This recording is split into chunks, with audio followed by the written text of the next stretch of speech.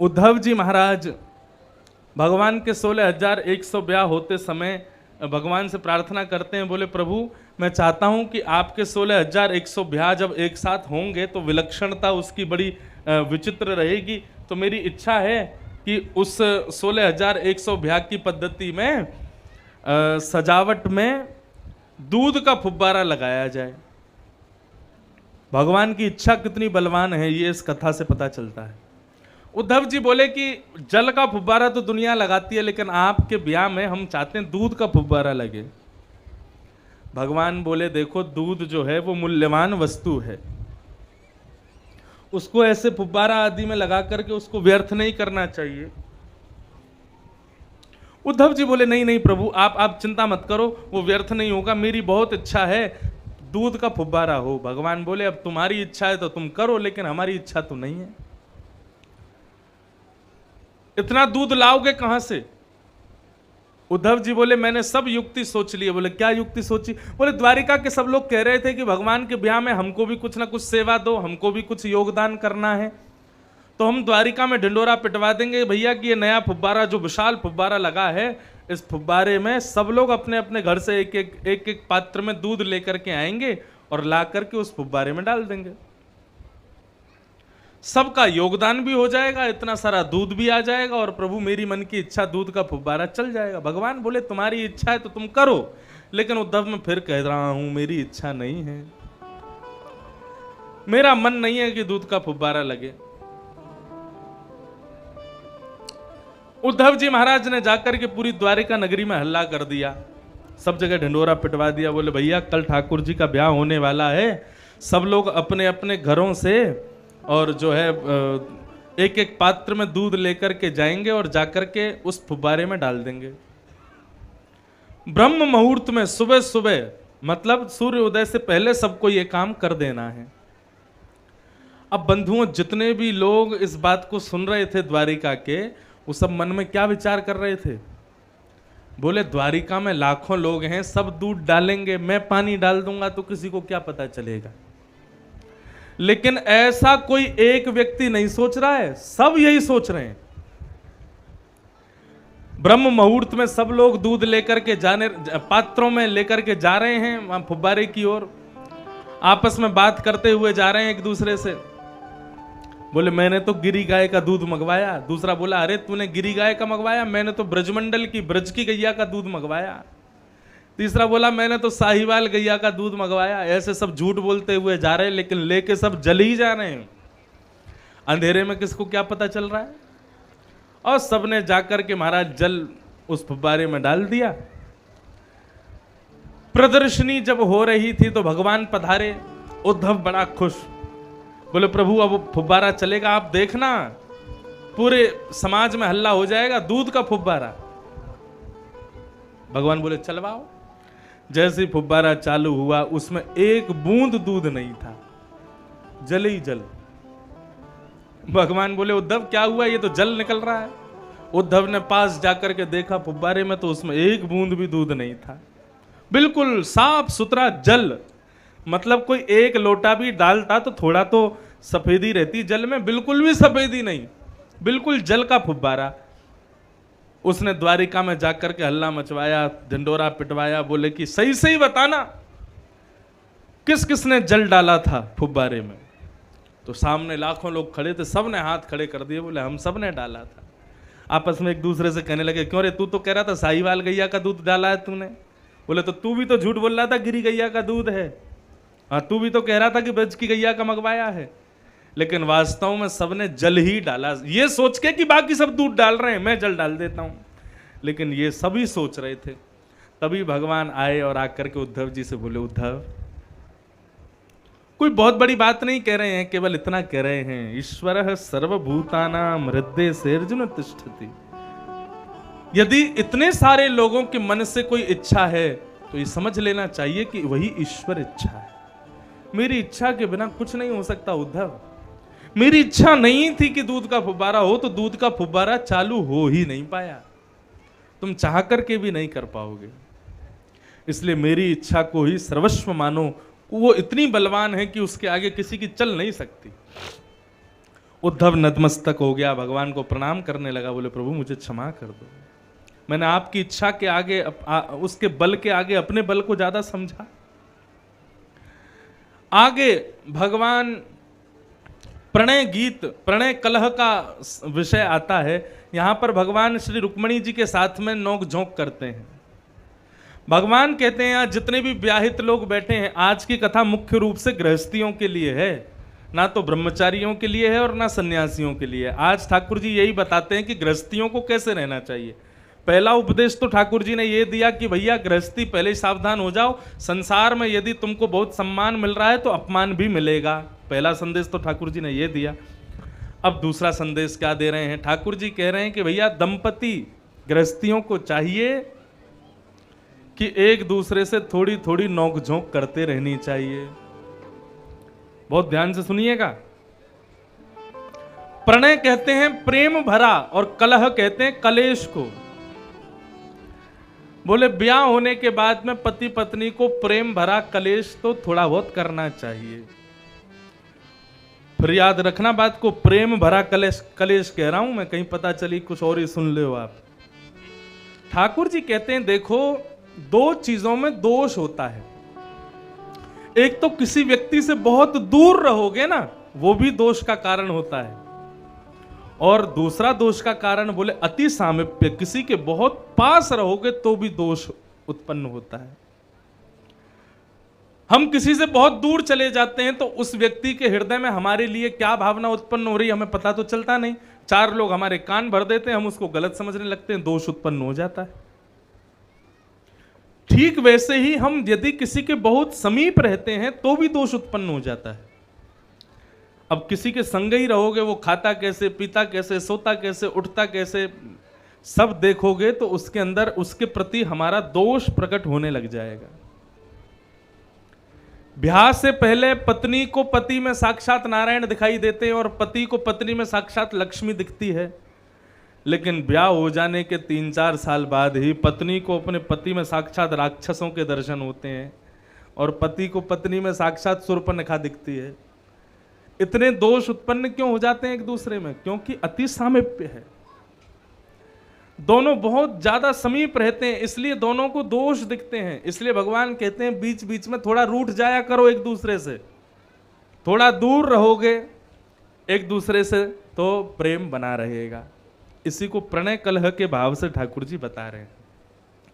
भगवान रुक्मणी जी को आज तक कभी क्रोध नहीं आया तो भगवान आज उनको क्रोध दिलाने जाते हैं। रुक्मणी जी से कहते हैं रुक्मणी जी तुमने हमसे ब्याह क्यों किया?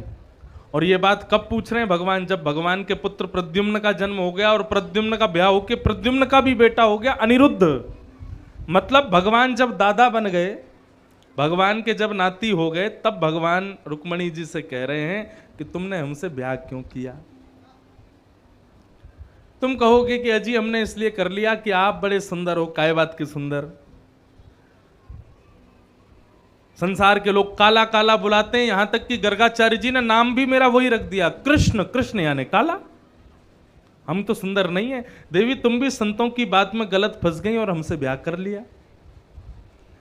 आप कहोगे हमने तो इसलिए ब्याह कर लिया, संतों से आपके बारे में बहुत सुना था। संतों पे काम ही क्या है? उनका घर परिवार तो होता नहीं है, 24 घंटा मेरा ही कीर्तन करते रहते हैं। तुमने उनसे मेरे बारे में सुन लिया और ब्याह कर लिया। देवी अब भी समय है, यदि तुम कहो तो हम तुम्हारा ब्याह करा दें शिशुपाल के साथ। आज जब ये बात भगवान ने कही कि हम तुम्हारा ब्याह शिशुपाल से करा देते हैं तो रुक्मणी जी को क्रोध तो आया नहीं, वो मूर्छित होकर गिर गए। भगवान चतुर्भुज रूप धारण किए, 2 भुजा से तो रुक्मणी जी को गोद में उठाया और एक भुजा से पंखा चलने लगे, एक भुजा से पानी के छींटे देने लगे। तब रुक्मणी जी को होश आया। भगवान का हस्त कमल पकड़ करके श्री रुक्मणी जी ने कहा कि हे प्रभु आप कुछ भी कहेंगे सब स्वीकार है, लेकिन अपने से दूर जाने की बात कभी आप स्वप्न में भी मत कहा कीजिए, हमसे विरह सहन नहीं होता। इस प्रकार ठाकुर जी ने प्रणय कलह किया। पति पत्नी यदि एक दूसरे में दोष देखते हैं तो उनको थोड़ी सी दूरी बना लेनी चाहिए, तो फिर दोनों में एक दूसरे को गुण दिखेंगे। अच्छा, ये बात केवल पत्नी पति के लिए लागू होती है ऐसा नहीं, गुरुजनों के भी ज्यादा समीप मत रहो। पूज्य जनों के भी ज्यादा समीप मत रहो, मित्रों के भी ज्यादा समीप मत रहो, किसी के भी ज्यादा समीप नहीं रहना चाहिए। क्यों? बहुत पास रहने से उसमें दोष दिखते हैं, और यदि दोष दिखता है तो अश्रद्धा हो जाती है।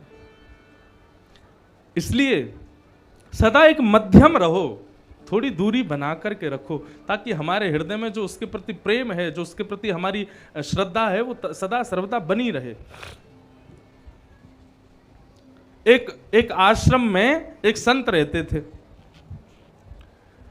गंगा किनारे आश्रम था, बहुत सारे संत एक साथ रहते थे, भजन करते थे भगवान का।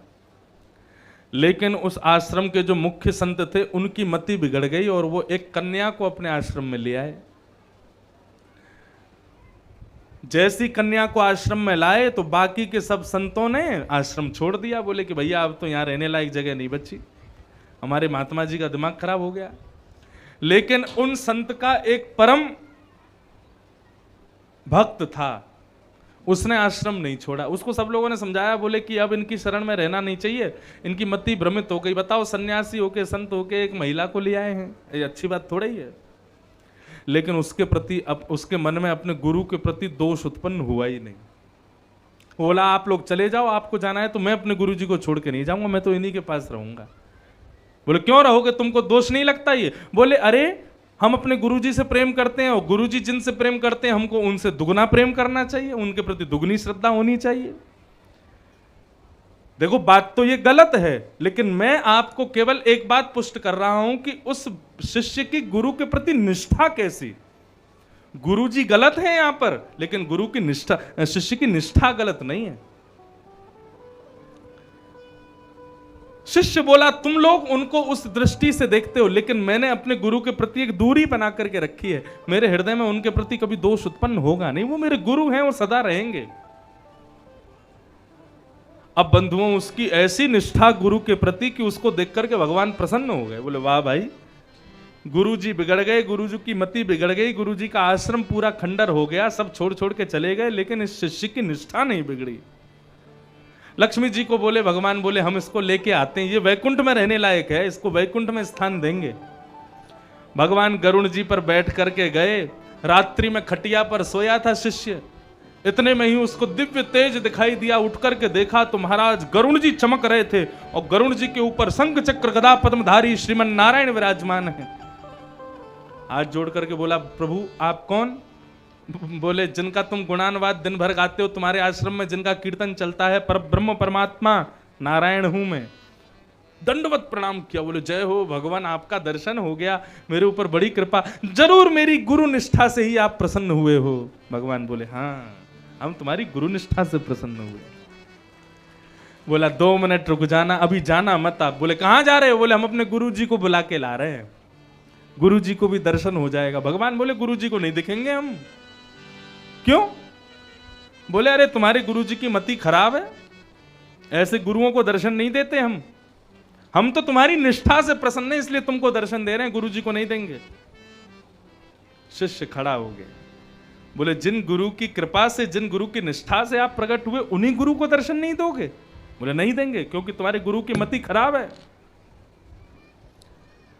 शिष्य ने अपनी आंखों पे हाथ रख लिया, तो गुरु जी को दर्शन नहीं होंगे तो हमको भी नहीं करना, चले जाओ यहां से।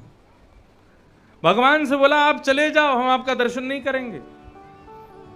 भगवान बोले भले आदमी, तेरी निष्ठा हम मानते हैं, बहुत अच्छी है, लेकिन ऐसी थोड़ी कि गुरु को दर्शन नहीं होंगे तुम भी ना, मेरे गुरु जी को दर्शन दोगे तो मैं तुमको दर्शन करूंगा, नहीं तो मैं भी तुम्हारा दर्शन नहीं करूंगा। भगवान बोले अच्छा ठीक है, हम तुम्हारे गुरु जी को दर्शन दे देंगे, जाओ बुला लाओ। तुरंत दौड़ा दौड़ा गया, गुरुजी जल्दी उठो। गुरुजी बोले क्या हुआ? बोले अरे देखो बाहर आंगन में कौन आया है। बोले कौन आया? बोले साक्षात नारायण भगवान आए हैं, मुझे दर्शन देने के लिए आए हैं, मुझे अपने साथ ले जाने के लिए आए हैं, आप आकर के दर्शन करो उनका। बाहर पधारे गुरुजी, और गुरुजी ने आकर के दर्शन किया तो महाराज सामने कोई नहीं दिखा। बोले हमको दिख नहीं रहे।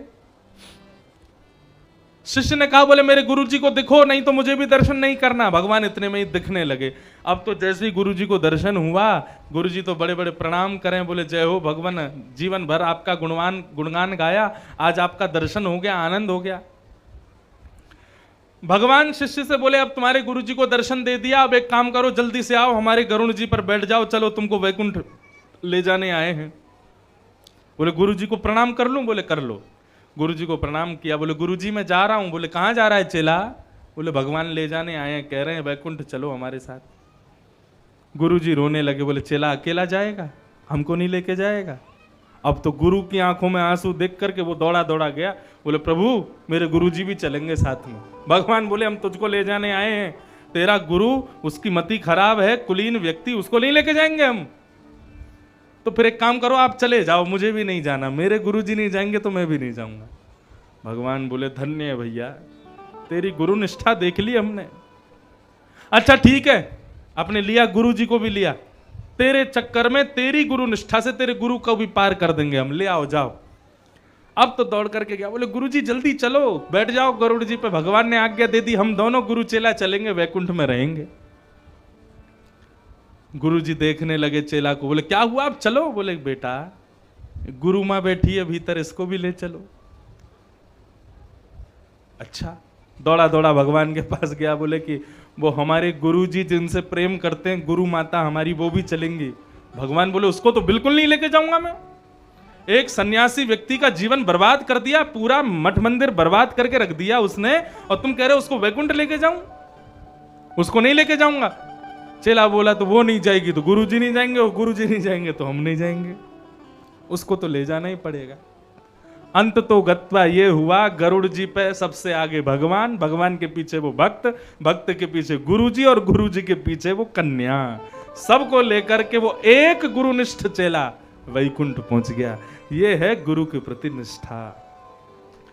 ये हमारी जो निष्ठा है बंधुओं, ये किसी के भी प्रति हो, इस निष्ठा में कभी मलिनता ना आवे, इस निष्ठा में कभी रुकावट ना आवे, उसके लिए गुरुजनों के ज्यादा समीप मत रहो। एक मध्यता बीच में रखो, ना ज्यादा किसी के समीप रहो, ना ज्यादा किसी से दूर रहो, एक मध्यस्थता रखो। मध्यस्थ रहना बहुत जरूरी है मानव को। भगवान ने प्रणय कलह करते हुए ये भाव समझाया। आगे एक कथा राजा नृण की आती है। एक नृण नाम का राजा हुआ। ये राजा रोज ब्राह्मणों को दान किया करता था। एक दिन इन्होंने 100 गौ माताओं का दान एक ब्राह्मण को किया, लेकिन पता नहीं कैसे उस ब्राह्मण के घर से एक गाय छूट करके निकल करके राजा की गौशाला में आकर के सब गायों में मिल गई। राजा ने दूसरे दिन दूसरे ब्राह्मण को दान की 100 गाय, तो उनमें एक गाय वो दान कर दी जो रात में ब्राह्मण के घर से छूट के आ गई थी। अब यहां से एक ब्राह्मण अपनी 100 गायों को लेके जा रहा था, और कल वाला ब्राह्मण अपनी एक गाय को ढूंढ रहा था। तभी उसने देख ली गाय। उसने ब्राह्मण से कहा, बोले ये गाय तो मेरी है। बोले ये तुम्हारी नहीं है, ये तो राजा ने मुझको दी। तो उसने कहा राजा ने मुझको भी ये गाय दी है। दोनों ब्राह्मण निष्कर्ष नहीं निकाल पाए कि गाय किसकी है। तो अंत तो गत्वा राजा के पास गए। राजा से जाकर के कहा निर्णय करो, गाय किसकी है, इनकी है कि हमारी? राजा निर्णय नहीं कर पाए। इसलिए ब्राह्मणों के रुष्ट होने का प्रभाव यह हुआ कि राजा को गिरगिट बनना पड़ा। भगवान ने फिर उस पर कृपा की, तब जाकर के वो कृकलाश्य से मुक्त हुआ। दान बहुत सोच समझ करके करना चाहिए। कुपात्र व्यक्ति को दान नहीं करना चाहिए। हम आपको स्पष्ट बता दें, कुपात्र व्यक्ति को यदि आपने 1 रुपया भी दान किया तो कुपात्र दानाच्च भवेत् दरिद्रम दरिद्र भावेन करोति पापम पाप प्रभावा नरकम प्रयाते पुनर्दरिद्री पुनरेव पापी। एक दरिद्र को दान करने से पाप आ जाता है जीवन में, इसलिए उससे सदा सर्वदा बचे रहो। नारद जी भगवान की गृहचर्या का दर्शन करने आते हैं। एक पति पत्नी एक साथ रहते हैं तो उनमें इतने कलेश हो जाते हैं। नारद जी के मन में आया, भगवान 16,108 पत्नियों के साथ में रहते हैं, भगवान के तो बड़े कलेश होते होंगे। तो देखने के लिए जब गए तो भगवान ने 16,108 भवन बनवा रखे हैं और सब में अलग अलग पत्नियां रहती हैं। जैसे ही रुक्मणी जी के भवन में प्रवेश किया तो भगवान भोजन कर रहे थे, रुक्मणी जी पवा रही थी। नारद जी ने जाकर के प्रणाम किया, नारायण नारायण जय हो प्रभु, भगवान प्रणाम करता हूं। भगवान बोले आओ आओ नारद जी विराजो। अरे भैया लड्डू खिलाओ, नारद जी आए हैं। रुक्मणी जी ने प्रणाम किया, जय हो नारद जी, लीजिए पाइए। 2 लड्डू बैठ करके पाए, भगवान का दर्शन किया। भगवान उठ करके अपने हस्त प्रक्षालन करने गए, इतने में ही रुक्मणी जी को बुला करके नारद जी बोले कि सब प्रसन्न हैं, सब आनंद मंगल। भगवान कोई कष्ट तो नहीं रहने देते, ऐसा तो नहीं कि दूसरी पत्नियों के साथ ज्यादा समय बिताते हो, आपके साथ कम रहते हो। रुक्मणी जी बोली पूरे दिन यहीं रहते हैं, हम तो कभी कभी कहती हैं कि चले जाया करो सत्यभामा जामवती आदि पर भी कृपा करो, लेकिन वहां जाते ही नहीं, पूरे दिन यहीं रहते हैं। नारद जी बोले एक घर से तो हरी पर्ची मिल गई, लेकिन दूसरी पत्नियां तो सब दुखी होंगी। क्यों? ये पूरे दिन रुक्मणी के पास रहते हैं तो बाकी की तो सब दुखी होंगी। चलो आज तक सबकी शिकायतें सुनने का अवसर मिला, आज भगवान की शिकायत सुन के आएंगे। जैसे ही दूसरे भवन में प्रवेश किया तो वहां पर सत्य जामवती बैठी थी और जामवती का श्रृंगार भगवान ही कर रहे थे। नारद जी अपनी आंखें मीड़ने लगे, बोले अभी तो वहां भोजन कर रहे थे, यहां पर श्रृंगार कर रहे हैं। और जैसे ही नारद जी ने प्रवेश किया तो भगवान फिर से बोले, अरे वाह वाह वाह, अरे देवी देखो नारद जी पधारे, अरे लड्डू खिलाओ, पानी पिलाओ, शरबत पिलाओ, और बताओ नारद जी कब आए। नारद जी बोले हाँ अभी अभी आ रहा हूं। भगवान को देख के बोले कितना नाटक कर रहे हैं, अभी पल्ले कमरा में बैठ करके भोजन पा रहे हैं, यहाँ पे बैठ के श्रृंगार कर रहे हैं। अगले भवन में गए तो वहां पर बालकों के साथ में खेल रहे हैं, उसके अगले भवन में गए तो वहां पर ठाकुर जी और लीला कर रहे हैं। भगवान 16,108 पटरानियों के साथ अलग अलग रूप में अलग अलग लीलाएं कर रहे हैं, और इन सब का दर्शन श्री नारद जी ने किया है। और ये सब देख करके नारद जी ने ठाकुर जी को दंडवत प्रणाम किया। कर्तुम अकर्तुम अन्यथा कर्तुम समर्थ परमेश्वर। अरे आपके यहां कभी हाथ उठाने को कहो 3-4 ही लोग क्यों उठाते हैं? बाकी के सब लोग शर्म के मारे ना उठावे कि करते ही नहीं है। कितने लोग सुबह उठ के हाथ देखते हैं, हाथ ऊपर करो, और जो करते वो कर ही दियो। हम भैया अब समझ में आई, तो शर्म के मारे ना उठावे हाथन ने। हमने कहीं हाथ उठाया तो बगल वालों का सोचेगो, अरे कहा सोचेगो मामा। देखो भैया जो लोगों ने हाथ नहीं उठाए या जो लोग सुबह अपने हस्त कमल का दर्शन नहीं करते, ध्यान से सुनिएगा, कितनी बड़ी भगवान की कृपा से वंचित रहते हैं वो लोग। और जो लोग दर्शन करते भी हैं तो वो लोग केवल, हमने बचपन से सुना है इसलिए देख करते हैं बस, उसका मतलब नहीं पता कि क्यों हाथ देखना चाहिए। कराग्रे वस्ते लक्ष्मी। सबसे पहले बंधुओं ये जो ऐसे हाथ नहीं देखते, नमाज नहीं पढ़नी है, दोनों भुजाओं को अलग अलग करके, और सबसे पहले अपने हाथों के अग्रभाग का दर्शन करना है। किनको देखना है? पहले उंगलियों के ऊपर के हिस्से को देखते हैं। क्यों? बोले कराग्रे वस्ते लक्ष्मी, कर के अग्रभाग में लक्ष्मी का निवास है। ये लक्ष्मी का आसन होता है, हमारे उंगलियों का उपल्ला हिस्सा, उसका दर्शन करो और लक्ष्मी को प्रणाम करो। हे लक्ष्मी, आज हम कहीं भी आपका व्यय करेंगे, धन को व्यय करते हैं तो बिना उंगलियों के स्पर्श के आप धन गिन नहीं सकते। व्यासपीठ पर आकर के कई लोग चढ़ावा आदि चढ़ाते हैं, ये हम पता है बीच में तखत क्यों रखवाते हैं? ताकि माताएं बहनें यहां मंच पे आके कुछ ना चढ़ा के जामे। क्यों? कई आपके यहाँ तो कोई ऐसी बात नहीं, लेकिन कई जगह कथा होती है, वहाँ माताएं आती हैं, बीच में से आएंगी और फिर व्यास जी की नज़र उन्हीं पर रहती है। फिर वो बटुआ निकालेंगी, बटुआ में खोलेंगी, अब वो व्यास जी के सामने ही खोलती हैं। अब व्यास जी कथा तो कहा करें, माया चढ़ जाती है, देखते हैं फिर व्यास जी भी क्या खोल रही हैं, क्या निकाल रही हैं। फिर उसमें माता जी 100 का नोट निकालेंगी, फिर व्यास जी को देखेंगे 100 वाली कथा तो ना कर रहा हूँ, 50 को देंगे यार, तो 50 को निकालेंगे। उसमें भी देखेंगे फटा हुआ कौन सा है जो चलेगा नहीं कहीं पे, वो चढ़ावे में चढ़ा के चली जाती हैं। इसलिए बीच में तखत लगवा दिया हमने, मैंने कि कोई आगे आवे ही नहीं, तुम्हें जो चढ़ानो जो करनो मैं ही कर दो। लेकिन आप धन का व्यय कहीं भी करोगे तो बिना उंगलियों के स्पर्श के आप धन को दे नहीं सकते। क्यों? क्योंकि ये लक्ष्मी का आसन है। किसी को पैसे देने हैं तो उंगलियों से गिन के दोगे, कहीं से पैसे लेने हैं तो उंगलियों से लोगे। इसलिए कराग्रे वस्ते लक्ष्मी, कर के अग्रभाग में लक्ष्मी का निवास है। तो सबसे पहले लक्ष्मी जी का आवाहन करो। सुबह उठ करके अपनी उंगलियों के अगले हिस्से को देख के कहो, हे लक्ष्मी, आप कृपा करना मैं आपको किसी असद व्यक्ति को प्रदान ना करूं आज पूरा दिन। मेरे हाथ से आप किसी गलत व्यक्ति के पास मत जाना, और कृपा करके आप मेरे परिवार पर कृपा करने के लिए इन हस्त कमल पर विराजमान होकर के मेरे घर पर पधारना, क्योंकि लक्ष्मी इन्हीं से आएगी, इन्हीं से जाती है। इसलिए पहले अग्रभाग का दर्शन करो। तो कराग्रे वस्ते लक्ष्मी और कर मध्य सरस्वती। कर के मध्य भाग में कौन है? सरस्वती। बंधुओं, सरस्वती किसे कहते हैं? ज्ञान को सरस्वती कहते हैं, विवेक को सरस्वती कहते हैं, बुद्धिमत्ता को सरस्वती कहते हैं। वो हमारे कर के मध्य भाग में विराजती हैं।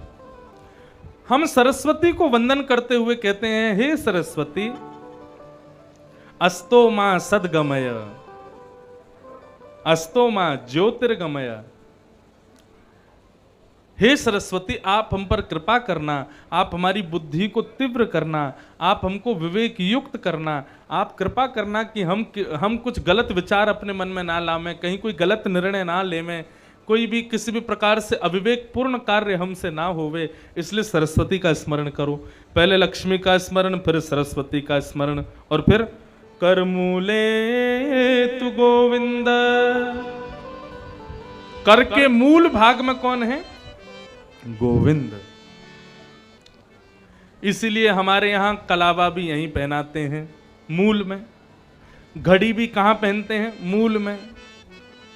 समय कौन है? समय साक्षात भगवान है। काल कौन है? साक्षात भगवान है। रक्षा सूत्र भी कहां बांधते हैं? मूल में। और मानव की नाड़ी वो भी कहां होती है? मूल में। वो बीमार है कि स्वस्थ है, जीवित है कि मर गया है, कहां से पता चलेगा? डॉक्टर सबसे पहले इसी को ही पकड़ते हैं, इसी से ही पता चल जाता है बीमार है, बुखार चढ़ा है, जुकाम खांसी है, जिंदा है, मर गया, सब मूल से ही पता चलता है। मतलब हमारे जीवन के कर्णधार मूल में विद्यमान गोविंद हैं। इसलिए मूल का दर्शन करो, गोविंद का स्मरण करो। तो हाथ कैसे देखना चाहिए? सबसे पहले लक्ष्मी का स्मरण, फिर मध्य भाग में सरस्वती का स्मरण, फिर मूल में गोविंद का स्मरण। इस प्रकार तीनों का स्मरण करते हुए प्रभाते कर दर्शनम, प्रभात में सुबह सुबह कर दर्शन, अपने हस्त कमल का दर्शन करना चाहिए।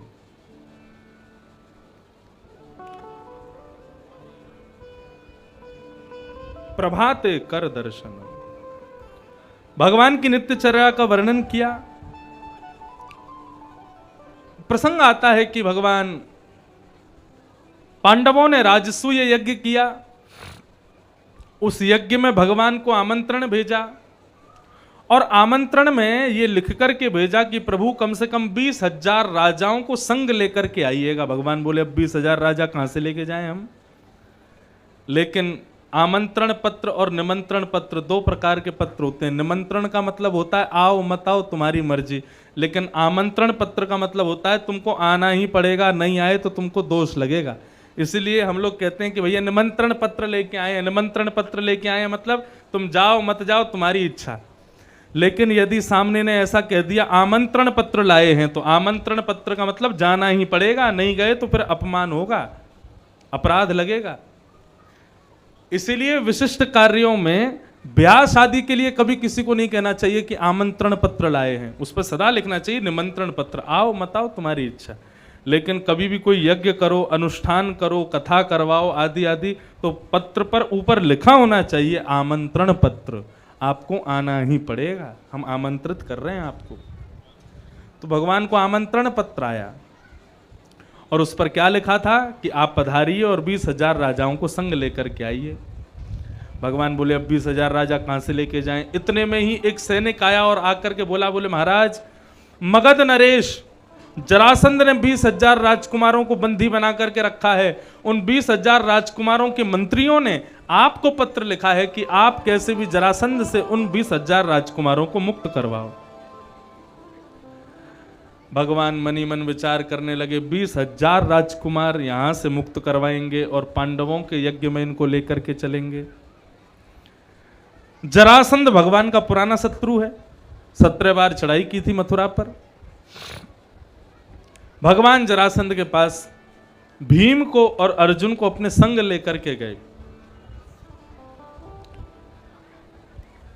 ब्राह्मण बनकर के गए। जरासंध ने कहा, कहो ब्राह्मण देवता क्या चाहिए? भगवान बोले, युद्ध चाहिए। जरासंध बोला, मैं एक बात कहूं, ब्राह्मण कुछ भी मांग सकता है लेकिन कभी युद्ध नहीं मांगेगा। आप यदि युद्ध मांग रहे हो तो इसका मतलब आप ब्राह्मण नहीं हो। अपना वास्तविक रूप बताओ, आप कौन हो? भगवान ने अपना मुख दिखाया तो भगवान से बोला, तुम रण छोड़ हो, रण छोड़ करके भाग चुके हो, पहले ही भगोड़े हो, तुमसे युद्ध नहीं करूंगा। अर्जुन ने अपना मुख दिखाया तो जरासंध बोला, मैं बालकों के साथ में युद्ध नहीं करता। और जैसे ही भीम ने मुख दिखाया तो जरासंध बोला, हाँ तुम्हारे साथ युद्ध करूंगा। भीम से युद्ध हुआ। भगवान ने 2 पत्ते तोड़ करके विपरीत दिशा में फेंक करके भीम को बता दिया कैसे मरेगा। भीम ने वही दाव पेच खेला और जरासंध का वध कर दिया। 20,000 राजकुमारों को मुक्त करके भगवान जरासंध और अर्जुन 20,000 राजकुमारों को लेकर के कहां पहुंचे? सीधे इंद्रप्रस्थ पांडवों के यज्ञ में, राजसूय यज्ञ में। वहां जाकर के भगवान ने पांडवों का राजसूय यज्ञ पूर्ण करवाया, शिशुपाल का वध किया, आदि आदि कथाएं आई। कुरुक्षेत्र में सूर्य ग्रहण का समय था। कुरुक्षेत्र में सब द्वारिका के लोग पहुंचे, पांडव पहुंचे, और वहीं कुरुक्षेत्र में ब्रजवासी पहुंचे। ब्रजवासियों को पता नहीं था कि हमारो लाला, हमारो कन्हैया यहां आयो भयो है। लेकिन जैसे ही ब्रजवासियों को पता चला कि हमारो कन्हैया आयो भयो है, सब ब्रजवासी ठाकुर जी से मिलने के लिए गए। राधा रानी ठाकुर जी से मिलने नहीं आई। भगवान की पटरानियों ने मन में विचार किया, ये राधा रानी है क्या चीज, जरा देख के तो आए हम। ठाकुर जी रोज सुबह उठते हैं और अपने उठते ही श्री राधा श्री राधा श्री राधा, द्वारिका में बैठ करके भी राधा रानी का स्मरण करते हैं। ये राधा रानी है क्या चीज, कोई हमसे ज्यादा सुंदर है क्या? रुक्मणी आदि भगवान की पटरानी बोली, अरे अप्सराएं भी स्वर्ग की जब हमको देखती हैं तो लज्जा से अपना घूंघट कर लेती हैं। हमारे आगे सुंदरता में कोई नहीं है। ये राधा रानी भी हमारे आगे कुछ नहीं होंगी, लेकिन एक बार देखें तो सही, ये राधा रानी है कैसी? रुक्मणी आदि भगवान की पटरानियां राधा रानी का दर्शन करने जा रहे हैं। ऐसे ही शिविर लगा था, बड़े बड़े शिविर लगे थे जैसे कुंभ में लगते हैं। एक शिविर में श्री राधा रानी विराज रही थी। एक ब्रजवासी ने बताया, रुक्मणी आदि पटरानियों को, राधा रानी वहां बैठी हैं, आप जाके मिल लो। रुक्मणी और भगवान की समस्त पटरानियों ने जैसे ही उस पांडाल में, उस शिविर में प्रवेश किया तो सामने एक अत्यंत सुंदरी मृगनयनी मुस्कुरा रही है, तो मानो दांत मोतियों जैसे चमक रहे हैं, घुंघराले केश हैं, अत्यंत मृग यानी कि हिरण जैसे सुंदर सुंदर आंखें हैं। उसके सुंदर मुखमंडल को देख करके रुक्मणी आदि को लज्जा होने लगी। बोले कि हम काय बात की सुंदर, ये है सुंदर। चरणों में प्रणाम किया। सुंदरी, आप निश्चित ही ब्रज की अधिष्ठात्री देवी श्री राधा रानी हैं, हम आपके चरणों में प्रणाम करती हैं। वो कन्या दूर हुई, बोले अरे नहीं नहीं, आप अपराध कर रही हो, मुझे प्रणाम मत करो, मैं राधा रानी नहीं हूं। तो फिर बोले मैं तो उनकी दासी हूं, राधा रानी तो भीतर बैठी। रुक्मणी आदि पटरानी बोली, दासी इतनी सुंदर है तो राधा रानी कितनी सुंदर होंगी।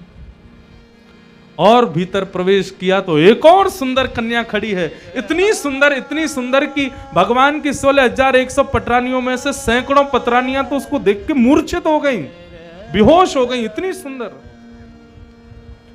रुक्मणी जी के हाथ पांव कांपने लगे। निश्चित ही ये राधा रानी हैं, प्रणाम करो, आप राधा रानी हैं, हम आपको प्रणाम करती हैं। उन्होंने कहा नहीं नहीं नहीं नहीं, मैं राधा रानी नहीं हूं, राधा रानी तो भीतर बैठी है, मैं तो उनकी दासी। रुक्मणी ने एक बार तो मन बनाया कि हम उनका मुखमंडल देख ही नहीं पाएंगी। जिनकी दासियां हमारे मान का मर्दन कर रही हैं, जिनकी दासियों की भी चरण की धूल हम नहीं है, उन स्वामिनी का दर्शन कैसे करेंगी हम? लेकिन मन में विचार किया, इतने पास आकर के चली गई तो मन में सदा सर्वदा एक लज्जा बनी रहेगी, आज दर्शन कर ही चलती हैं। और जैसे ही मुख्य शिविर में प्रवेश किया तो बंधुओं, जहां नजर घुमा रही हैं वहां असंख्य सुंदरी नारियां बैठी हैं, और उन असंख्य सुंदरी नारियों के मध्य में परम सुंदरी श्री किशोरी जी बैठी हैं। उनको देख करके रुक्मणी जी को मूर्छा हो गई, इतनी सुंदर। श्री राधा रानी ने जाकर के रुक्मणी जी को उठाया। रुक्मणी जी ने जब किशोरी जी का मुखमंडल देखा तो रुक्मणी जी बोली, हे किशोरी जी, संसार में हमने एक से एक सुंदरताएं देखी, लेकिन हमने आज ऐसी सुंदरता देखी जिस सुंदरता को देख करके मूर्छित हो जाएं, मतलब इंद्रियां काम करना बंद कर दें। हम हमेशा सोचती थी ठाकुर जी नित्य राधा रानी का स्मरण करते हैं, वो कैसी हैं जरा देख के तो आए। हमने तो केवल आपका रूप देखा है, यदि आपके गुणों को देखेंगी, आपके हृदय को देखेंगी तो हमको बड़ी लज्जा हो जाएगी। हम तो आपकी पांव की धूल भी नहीं है किशोरी जी। राधा रानी बोली, अपना परिचय दो, आप लोग कौन हो? तब रुक्मणी ने बताया, हम द्वारिकाधीश की पटरानियां हैं। जैसे ही सुना कृष्ण द्वारिकाधीश की पटरानियां हैं, राधा रानी ने सबको अपने हृदय से लगाया। भगवान ने, ठाकुर जी ने आपके लिए दूध भेजा है। एक मिट्टी के घड़े में दूध लेकर के गई, गरम गरम दूध। जैसे ही सुना कि भगवान ने मेरे लिए भेजा है, किशोरी जी ने तुरंत उस कलश को लिया और मुखमंडल से लगा करके पीने लगी। थोड़ा बहुत दुग्ध जो बगल से छलक रहा था, बाकी की गोपियां हाथ फैला करके बैठ गईं और उस छलके हुए दूध को वे सब लोग पान कर रही हैं। ठाकुर जी ने हमारे लिए भेजा है। इतना प्रेम है इन ब्रजवासियों का, इन ब्रज गोपियों का। भयंकर गर्म दूध को एक श्वास में किशोरी जी पी गईं कि मेरे प्रियतम ने भेजा है। लौट करके रुक्मणी आदि पटरानियां जब आईं तो भगवान शयन सैया पर लेटे थे और भगवान के चरणों में छाले पड़े थे। रुक्मणी जी ने जाकर के कहा, प्रभु आपके चरणों में छाले, ये कैसे? ठाकुर जी बोले, तुमने किशोरी जी को गरम गरम दुग्ध पिलाया ये कहकर के कि मैंने भेजा है। उन्होंने एक श्वास में संपूर्ण दुग्ध पान कर लिया। उनके मुंह में छाले हुए होंगे, लेकिन मेरे चरण कमल सदा सर्वदा किशोरी जी के वक्ष में विद्यमान रहते हैं। वो गर्म दूध जब उनके वक्ष में पहुंचा, उनके हृदय में पहुंचा, तो हृदय में मेरे चरणों को कष्ट हुआ और वही ये घाव बन करके प्रकट हो गए। रुक्मणी जी इतनी भाव विह्वल हो गई, प्रभु आपका और किशोरी जी का जो प्रेम संबंध है ये हमारे भी, हमसे भी परे की बात है, हम इसको समझ नहीं पाएंगे जीवन में कभी। ऐसा कहते हुए रुक्मणी जी ने ठाकुर जी को प्रणाम किया। भगवान ने अपनी लीला संवरण से पूर्व अपनी समस्त पटरानियों को किशोरी जी के दासत्व में पहुंचा दिया। इस प्रकार ये सब भाव बताए गए। आगे भगवान के एक प्रिय मित्र श्री सुदामा जी की कथा आती है। बंधुओं, भगवान के एक परम मित्र हुए। एक बात आपको बताएं, भागवत में कहीं भी इनका नाम सुदामा है ऐसा लिखा नहीं है। भागवत में सुदामा शब्द ही नहीं है। भागवत में केवल इतना लिखा है, कृष्ण स्यासीत सखा कश्चित। भगवान के एक सखा थे, ब्राह्मण थे, लेकिन उनका नाम सुदामा था, ये कहीं नहीं लिखा। भागवत में दो नाम नहीं है, एक तो राधा रानी का नाम नहीं है और एक सुदामा जी का नाम नहीं है। बड़ी विचारणीय बात है ये। स्पष्ट राधा शब्द पूरी भागवत में कहीं भी नहीं मिलेगा आपको। राधसा शब्द है, और भी कई शब्द हैं, लेकिन राधा ये शब्द कहीं नहीं है। ऐसे ही सुदामा ये शब्द भी भागवत में कहीं नहीं है। तो फिर पूछा कि महाराज इनका नाम सुदामा ये पता कैसे चला सबको? सुदामा का अर्थ क्या होता है? सुदामा का अर्थ है जिसके पास सुंदर, मूल्यवान, अत्यंत महंगा दाम हो, धन हो, उसको सुदामा कहते हैं। जिसके पास बहुत मूल्यवान धन है, बहुत महंगा दाम है, वो सुदामा। सुदामा जी के पास तो कुछ भी नहीं था। धोती भी ना जाने कितने जगह से फटी हुई थी। वस्त्र अंगोछा जो पहनते थे वो भी ना जाने कितनी जगह से फटा था। घर में सुबह भोजन बनता था तो 3 दिन तक भोजन नहीं बनता था। बारिश होती थी तो कमर कमर जल घर में भर जाता था। ऐसे सुदामा जी बिल्कुल निर्धन, और उनका नाम रख दिया सुदामा। सुंदर दाम वाले, सुंदर धन वाले। किसी ने सुदामा जी से पूछा, बोले कि तुम्हारा नाम सुदामा क्यों पड़ा, तुम पर दाम तो है नहीं। सुदामा जी कहते हैं, अरे तू समझा नहीं बात को।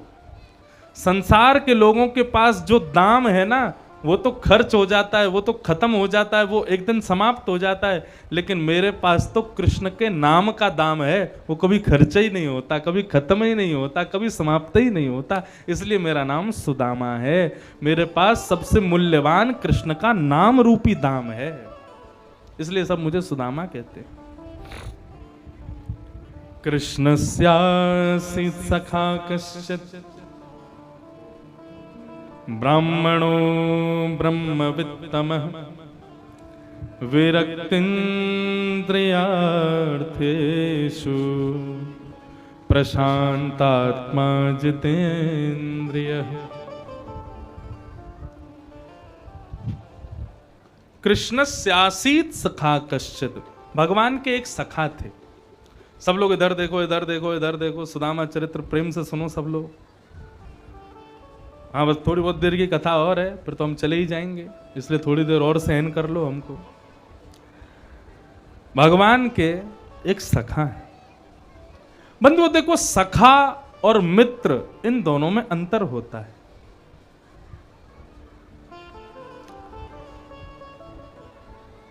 जय हो, महाराज जी पधारे, अटेर से पधारे। महाराज जी के श्री चरणों में बारंबार प्रणाम। एक बार करतल ध्वनि करके महाराज जी को सब लोग प्रणाम कर लें। जय हो।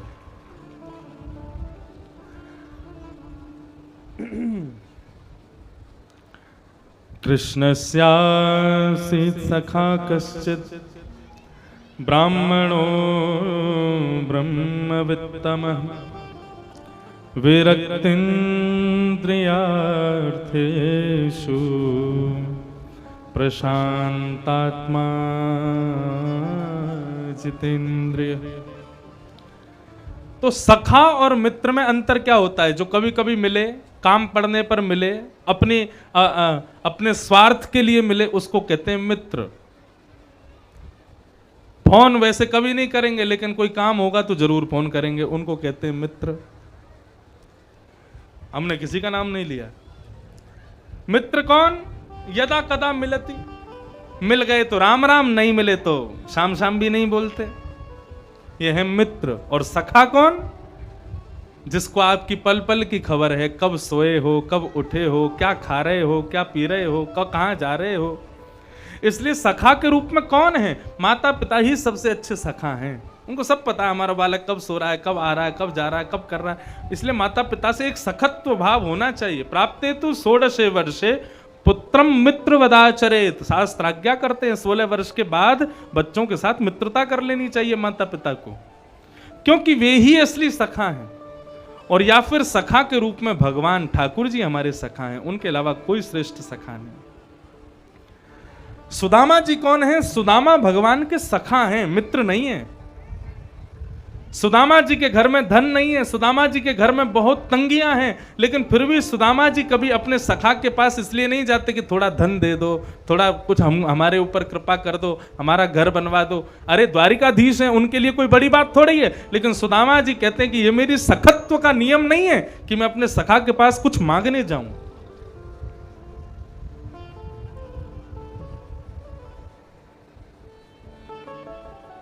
सुदामा जी के अंदर 3 गुण ऐसे हैं जिसकी वजह से भगवान ने उनको अपना सखा बनाया। और वो 3 गुण कौन कौन से हैं? देखो, सुदामा चरित्र सब सुनते हैं, लेकिन मूल बात तो यही है, सुदामा जी जैसा हम कैसे बने। सुदामा जी के अंदर 3 गुण हैं। कौन कौन से? विरक्त इंद्रियार्थेषु। पहला गुण, वो अपनी इंद्रियों से विरक्त हैं। इंद्रियों से विरक्त मतलब हमारी जीव कहती है गुटखा खवाओ, बीड़ी पिवाओ, शराब पिवाओ, हमको ये खिलाओ, वो खिलाओ। हम जीव के गुलाम हैं, जीव हमारी गुलाम नहीं है। विरक्त इंद्रिय का मतलब यह होता है जो इंद्रियों का गुलाम नहीं है, इंद्रियों को गुलाम बना करके रखे, वो विरक्त इंद्रिय है। जो अपनी इंद्रियों से विरक्त है, उनमें आसक्त नहीं है। प्रशांतात्मा दूसरा गुण सुदामा जी का। सुदामा जी परम प्रसन्न हैं। कैसी भी परिस्थिति मिल जाए, कैसी भी स्थिति मिल जाए, कैसी भी व्यवस्था मिल जाए, हर व्यवस्था में, हर परिस्थिति में सुदामा जी प्रसन्न रहते हैं। सुदामा जी के घर में यदि आज भोजन बना और कल यदि भोजन नहीं बना तो सुदामा जी के मन में कोई शंका नहीं होती। सुदामा जी अपनी पत्नी को कहते हैं, देवी कल एकादशी है ना, कल तो भोजन बनना ही नहीं है, लेकिन हमारी ठाकुर जी ने आज से ही हमारी एकादशी कर दी, आज भी भोजन नहीं बना, आज को भी एकादशी मान लो, कल को भी एकादशी। और देवी देखो हम कितने सौभाग्यशाली, दुनिया के लोग तो 15 दिन में एक बार एकादशी करते हैं, लेकिन मैं और मेरी पत्नी तो 30 दिन के महीने में 15 बार एकादशी करते हैं। और ये 15 बार एकादशी नहीं, 15 दिन सुदामा जी के घर भोजन नहीं बनता और वो उसको एकादशी मान लेते हैं। आज ठाकुर जी ने एकादशी करवा दी हमारी। इतने प्रशांत आत्मा है, हर चीज में प्रसन्न रहते हैं।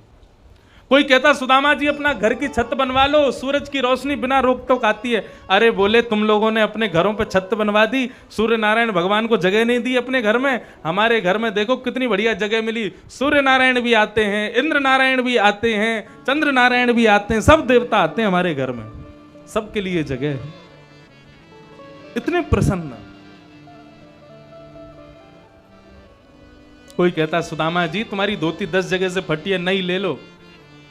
सुदामा जी मन ही मन विचार करते, अरे 2 धोती रखेंगे तो दोनों को ध्यान रखना पड़ेगा, दोनों को धोना पड़ेगा, दोनों को सुखाना पड़ेगा, बड़े झंझट हैं। एक धोती है, इसी को धोते हैं, इसी को सुखा देते हैं, इसी को पहन लेते हैं, इसी में रहते हैं, आनंद में रहते हैं, दूसरी की चिंता नहीं करते। तुमको बड़ी चिंता करनी पड़ती हो कि जितने कपड़े उतनी चिंता, उसको धुलवाओ, फिर उसको प्रेस करवाओ, फिर उसको अलमारी में रखवाओ, फिर उसमें दवाई रखो कहीं चूहा नहीं काट जाए। हमारी एक ही धोती है, इसी में प्रसन्न रहते हैं, हर चीज में संतोष रखते हैं, प्रशांत आत्मा, परम शांत हैं श्री सुदामा जी, ज्यादा बोलते नहीं हैं। मैंने एक दिन और कथा में बताया था, भगवान को ज्यादा बोलने वाले लोग प्रिय नहीं होते, जो शांत रहें, कम बोलें, लेकिन जब बोलें सो हरि कथा, जब बोलें सो भगवत चर्चा, जब बोलें सो हरि चर्चा, वो ठाकुर जी को प्रिय है। संसारी चर्चाओं को ज्यादा करते हैं, वो ठाकुर जी को ज्यादा प्रिय नहीं होते, ज्यादा भाते नहीं ठाकुर जी को। विरक्त इंद्रियार्थेषु प्रशांतात्मा जितेंद्रिय। अपनी इंद्रियों को जो जिन्होंने जीता है वो है श्री सुदामा जी। बंधुओं, ये सुदामा जी जो है ना, भगवान के गुरुकुल के मित्र हैं।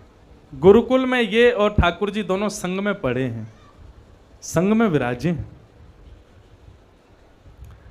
सांदीपनी गुरुकुल में एक साथ पढ़ते थे श्री सुदामा जी और ठाकुर जी, लेकिन एक ही गुरु की 2 शिष्यों पे अलग अलग प्रकार की कृपा।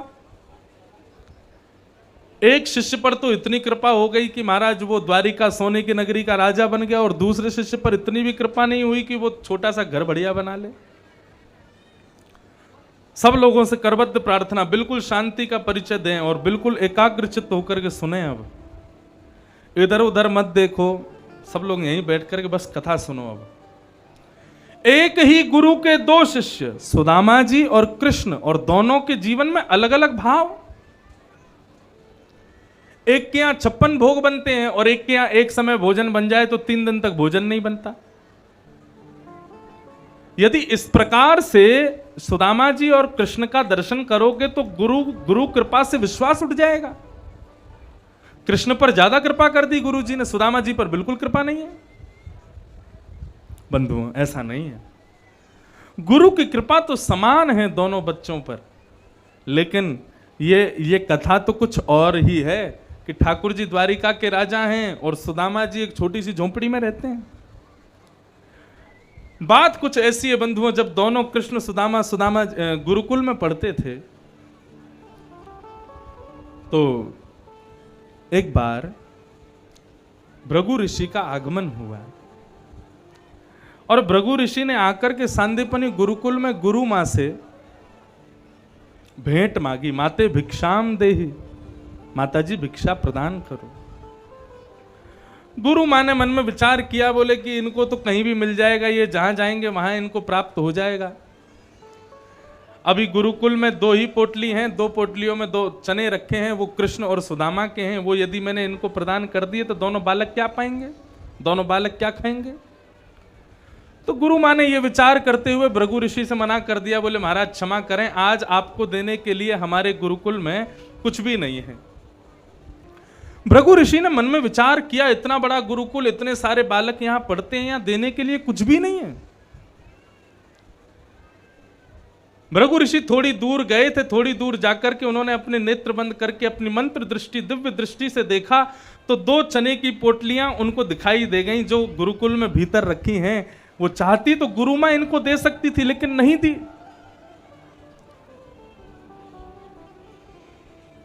भृगु ऋषि मनी मन विचार करने लगे, बोले मुझसे बचा रहे हैं अन्न को, भृगु ऋषि से जानते हुए भी कि मैं कौन हूं। हे गुरु मां, तुमने मुझसे अन्न को बचाया है ना, मैं श्राप देता हूं जो भी उन चनों को खाएगा वो जीवन भर के लिए लक्ष्मीहीन हो जाएगा, जीवन भर के लिए उसके जीवन से लक्ष्मी चली जाएगी। वहीं झाड़ के पीछे सुदामा जी बैठकर के संध्या वंदन कर रहे थे और तभी उन्होंने भृगु ऋषि की ये बात सुनी कि भृगु ऋषि कह रहे हैं कि जो चने की पोटलियां गुरुकुल में रखी है, गुरु मां ने देने से मना किया है, उन चनों को जो खाएगा वो दरिद्र हो जाएगा, वो जीवन भर के लिए लक्ष्मीहीन हो जाएगा। सुदामा जी ने मन में विचार किया, आज अपने प्यारे कन्हैया को अपने सखत्व का उपहार देने का समय है। लोग कहते हैं कि अपने सखा को कुछ ना कुछ उपहार देना चाहिए। मैंने कन्हैया को आज तक कुछ नहीं दिया, मैंने आज तक कृष्ण को कुछ भी नहीं दिया, लेकिन आज अपने कन्हैया को ये उपहार दूंगा मैं। कृष्ण सुदामा दोनों जब वन में गए, वन में लकड़ी तोड़ने के लिए गए, तभी जोर की बारिश होने लगी। भगवान कहने लगे, अरे सुदामा बहुत जोर की भूख लगी है, बारिश हो रही है, किसी वृक्ष के नीचे छांव देख करके बैठ जाते हैं, बारिश से बचे रहेंगे। दोनों पोटली खोल के दोनों एक दूसरे के चना खाएंगे प्रेम से। सुदामा जी बोले, हाँ दोनों चने मेरे पास रखें, चलते हैं। जैसे ही गए वृक्ष के नीचे ठाकुर जी बैठ गए, वृक्ष के ऊपर सुदामा जी चढ़ गए। ठाकुर जी कहने लगे, अरे सुदामा नीचे आ जाओ, ऊपर क्यों बैठे हो? सुदामा जी वहीं बैठ गए और वहीं बैठ करके ठाकुर जी की पोटली और अपनी पोटली में से चना निकाल करके पाने लगे। भगवान बोले, अरे सुदामा रुक जा, अपनों खा ले, मेरो मत खावे, मैं भी ऊपर आ रहा हूं। ठाकुर जी जब तक ऊपर पहुंचते तब तक सुदामा जी ने सारे चने खा लिए। अपनी पोटली तो खाली ही, ठाकुर जी की पोटली भी खाली। ठाकुर जी मनी मन विचार करने लगे, सुदामा तुम्हारे बटके चने थे ना, तुम उनको पाले थे, तुमने वो क्यों पाए जो मेरे लिए थे? सुदामा जी के नेत्र सजल हो गए, नेत्रों से अश्रुपात होने लगा और कहने लगे, कन्हैया तू सदा प्रसन्न रहे, तू सदा खुश रहे, तू सदा हंसता रहे, इसलिए खा लिए। भगवान मनी मन विचार करने लगे, सुदामा ये सही नहीं किया तुमने, ये व्यवहार, ये स्वभाव तुम्हारा अच्छा नहीं है। जिसकी वस्तु है उसी के पक्ष में जानी चाहिए, किसी की वस्तु किसी को पानी नहीं चाहिए। सुदामा जी मनी मन रोने लगे, दोनों नेत्रों से अश्रुपात करने लगे। बोले, कन्हैया कैसे बताऊं तुझे कि मैंने क्यों खाए, लेकिन तू सदा खुश रहेगा इसलिए खाए हैं। ठाकुर जी बोले, पता नहीं सुदामा कैसी बात कर रहा है, ये लीला तो वहीं समाप्त हो गई। लेकिन उसके बाद जब द्वारिकाधीश सोने की नगरी के राजा बने तो उस समय सुदामा जी को जब पता चला कि द्वारिका नगरी सोने की निर्माण हुई है और उसके राजा मेरे परम प्रिय मित्र श्री कृष्ण हैं, सुदामा जी उस दिन अपने कक्ष में, अपने भवन में दोनों भुजा उठा करके खूब नृत्य करने लगे। किसी ने पूछा, अरे इतना नृत्य क्यों कर रहे हो, इतना आनंद क्यों कर रहे हो? बोले, आज मैंने अपने सखा कन्हैया को एक तोहफा प्रदान किया है। ये द्वारिका की नगरी, ये लक्ष्मीपति जो आज कन्हैया बना है ना, ये सुदामा जी की देन है कन्हैया को, ये सुदामा जी की कृपा है कन्हैया के ऊपर। इसलिए बंधु, सुदामा जी मित्र नहीं है ठाकुर जी के, सुदामा जी सखा हैं। सुदामा जी चाहें तो भगवान से जाकर के एक बार कह दें, कन्हैया ने हम पर कृपा करो, हमारा घर बनवा दो, हमारे लिए भोजन की व्यवस्था कर दो, भगवान के लिए कोई बड़ी बात है। लेकिन सुदामा जी कभी द्वारिकापुरी नहीं जाते, इतना बड़ा एहसान करने के बाद भी कभी अपने एहसान को गिनवाने नहीं जाते। सदा सर्वदा ये विचार करते हैं, मेरी फटी हुई धोती, मेरा पतला दुबला सा बदन देख करके कहीं कन्हैया ये ना सोचे गरीब आदमी है, कुछ मांगने आया है, इसलिए सुदामा जी कभी जाते नहीं। लेकिन आज उनकी पत्नी ने सौगंध दे दी, बोले तुम्हें कन्हैया के पास जाना ही पड़ेगा। सुदामा जी मन ही मन कहने लगे, बोले देवी स एवं भार्यया विप्रो बहुशः प्रार्थितो मृदु अयम ही परमो लाभो उत्तम श्लोक दर्शन। देवी तुम बहुत हट कर रही हो इसलिए मैं जा रहा हूं, तुम सौगंध कला रही हो इसलिए मैं जा रहा हूं, नहीं तो मुझे तो रोज कन्हैया मेरे हृदय में ही प्रकट होकर के दर्शन दे देता है। मुझे रोज कन्हैया का दर्शन अपने हृदय में ही हो जाता है, मुझे जाने की जरूरत नहीं है। लेकिन तुम कह रही हो इसलिए मैं जरूर जाऊंगा। सुदामा जी महाराज जाने लगे। पत्नी कहने लगी खाली हाथ नहीं जाते, मित्र के घर, बेटी के घर, वैद्य के घर, वकील के घर और गुरु के घर कभी खाली हाथ नहीं जाना चाहिए, कुछ लेके जाना चाहिए।